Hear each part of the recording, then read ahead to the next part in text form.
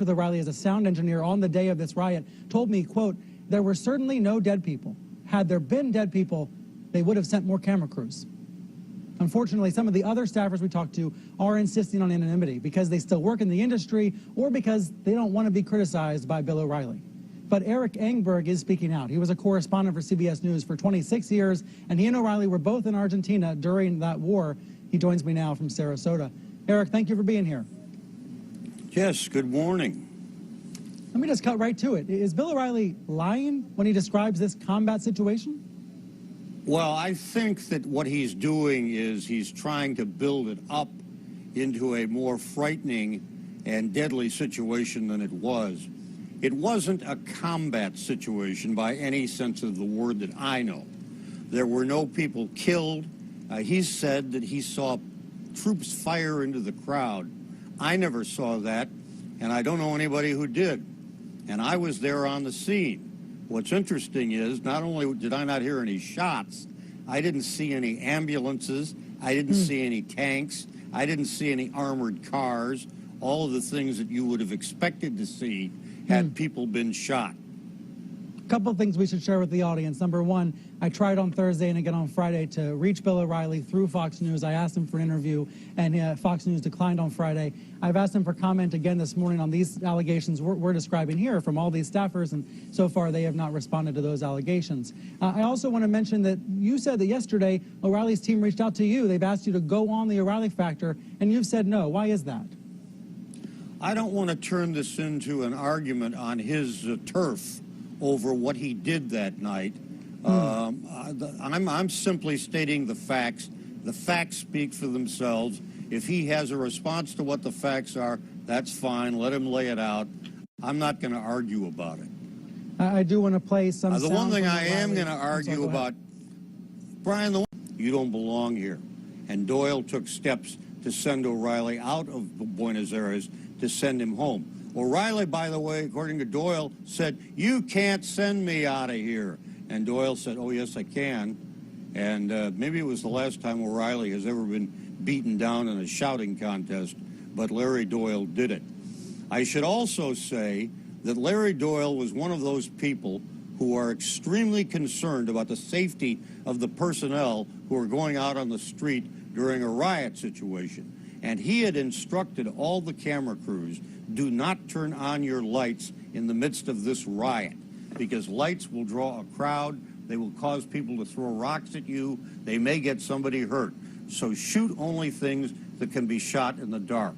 O'Reilly ordered the cameraman that he was working with to turn on his lights in violation of that instruction. And when Doyle found out about that, he was extremely upset. I think the cameraman was upset, too, that he had been exposed to danger. Yeah. Now, I'll be more than happy to talk about his claim that there were people killed if you want to hear my view or my take on it, Brian. Well, what I want to try to get to are the facts on the ground that night. And by the way, I should tell the viewers, Doyle declined to talk on the record about this today. But let me play one more soundbite. This is one that I haven't seen covered in the past few days amid all this controversy. This is from 2011, an on-stage interview with O'Reilly and Marvin Kalb. Take a look. I get a call from the CBS bureau chief to say, "O'Reilly, get down there." Great. I'm down there. I got my two crews. So I'm looking around. Where are the other CBS correspondents?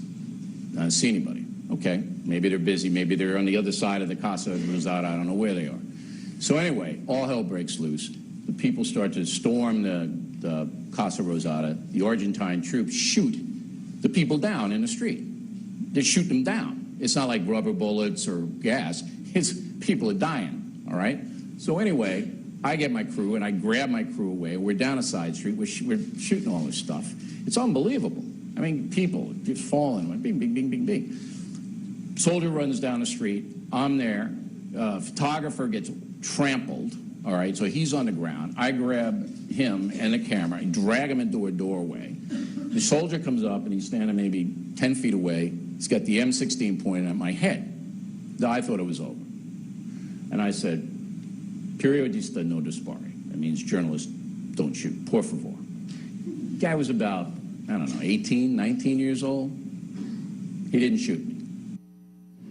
So, Eric, we've had no luck corroborating this so far. Can you help us with that? Is there anything that sounds correct to you? I did not see that happen. I didn't see anything like that happen. I don't know of any American foreign correspondent who had a weapon pointed at him. But the important thing is, I didn't hear any gunfire. Not only did I not hear any gunfire, as I say, I didn't hear any sirens.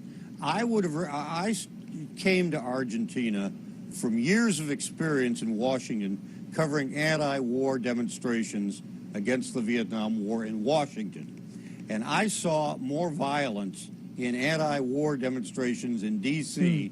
than I saw in Argentina that night. It was over quickly. It was over within 2 hours. And the people did not try to storm the Casa Rosada.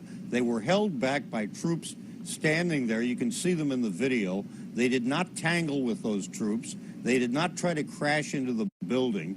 And it was really a fairly minor incident. It did result in the downfall of that government, but it was ready to go anyway. Oh, and by the way, let me share with you. Yeah, let me just share one more detail, which is what O'Reilly is now citing this morning, and I was emailed this by Fox News right before we went on the air, is a New York Times story from the moment. It says that one policeman pulled a pistol, firing 5 shots over the heads of fleeing demonstrators. So in that New York Times story, they are describing gunfire having happened. You're saying you personally did not hear or see any gunfire. No, I didn't hear that. I didn't hear that firing. But I read that story the next day, and you will notice that the phrase is, as you say, state over the head. That's vendetta against O'Reilly. You described him as a clown on Facebook. Is this simply about a personal dispute? No. He's the one that started the personal dispute by saying that we were all hiding in our hotel rooms.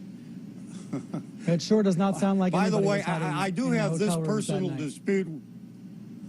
I have this personal dispute with him. He's not a real reporter, and he was not in a combat zone that night. This was not a combat zone, not even close. Well, Eric, stay with me. I appreciate you being here this morning. And let me just reiterate for the audience, we have repeatedly asked for an interview with O'Reilly. I would love to talk to him about this.